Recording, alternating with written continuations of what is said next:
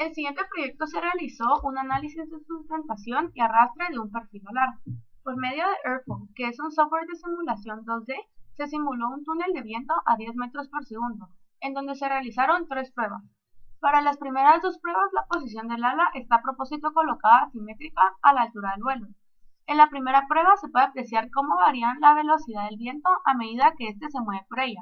Al momento que el viento topa contra el perfil alar, se crean 2 velocidades distintas, en donde de forma general, las partículas de viento que van en la parte superior van a una velocidad mayor que las que van por debajo. Esto se debe a que la curvatura de la superficie alar, que es más ceñida por la parte superior que la inferior, obliga a las partículas a recorrer una mayor distancia en un mismo lapso de tiempo.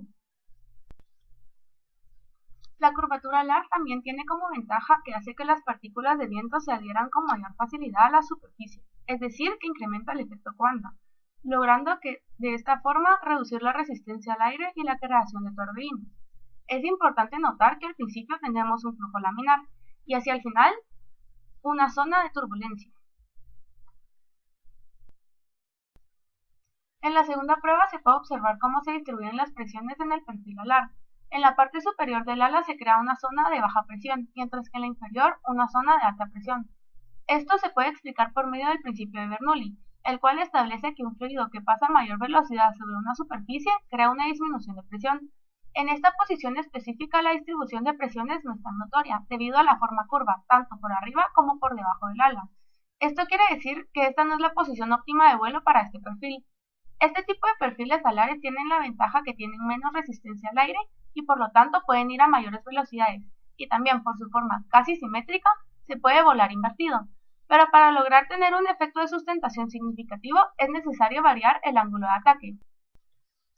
Para poder hablar sobre el ángulo de ataque primero es necesario definir la cuerda del ala.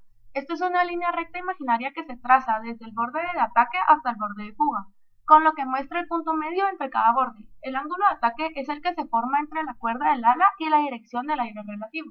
Como pudimos observar, cuando el ángulo de ataque es cero, no se crea una diferencia de presiones lo suficientemente grande para tener una fuerza de sustentación, por lo que se hicieron pruebas variando este ángulo. Primero se intentó con un ángulo de 15 grados, en donde se puede observar que la velocidad del viento por arriba del ala va incrementando con respecto a las partículas que van por debajo.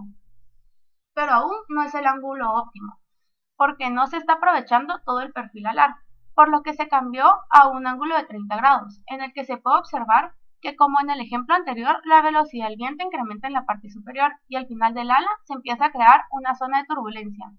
Esta estela de turbulencia es aprovechada debido a que incrementa significativamente el coeficiente de sustentación. Al hacer una última prueba con un ángulo de 60, se puede observar que la diferencia de velocidades ya no es tan significativa y que ya no se crea una zona de turbulencia, sino en cambio, torbellinos grandes, que actúan en el otro lado del ala, lo que en lugar de crear una alta velocidad, la disminuye, y en este caso la sustentación se vuelve prácticamente cero, llegando al stall o entrada en pérdida, que es cuando se pierde totalmente el coeficiente de sustentación y el objeto se somete a una caída libre. Con esto podemos llegar a la conclusión que el coeficiente de sustentación es una función del ángulo de ataque y que existe un ángulo de ataque crítico, que de ser superado hay una caída drástica de la sustentación.